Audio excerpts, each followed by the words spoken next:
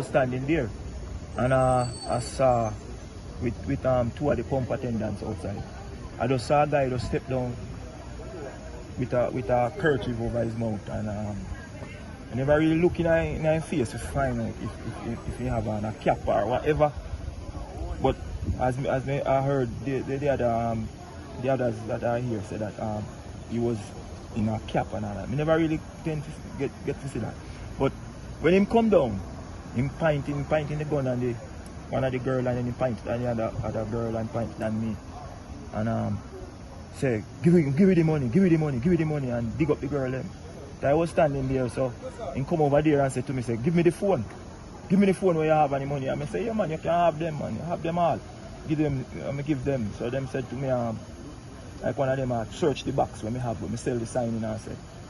So I say, these things are, that is my keeper, I have to cover me Jesus, no weapon. And the guy who hold the gun now, it seems as if he start get booming now and me hear a little trembling in my voice and he walk and leave it.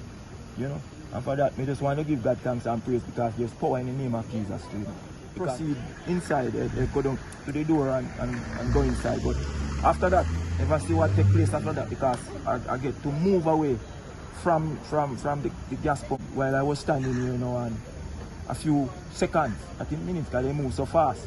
Me see a group of them are run out and I say, come, move it. Well, I never get to see a amount of them, but it seems that about 4 or 5. I go inside, the others said that there was 5, it were 5, I did the driver, and she stopped by and they run past the vehicle to her, and she didn't even realize, and me go to her and tell her, and she frightened, traumatized, man. Many of them were trembling and few of them crying and all of that.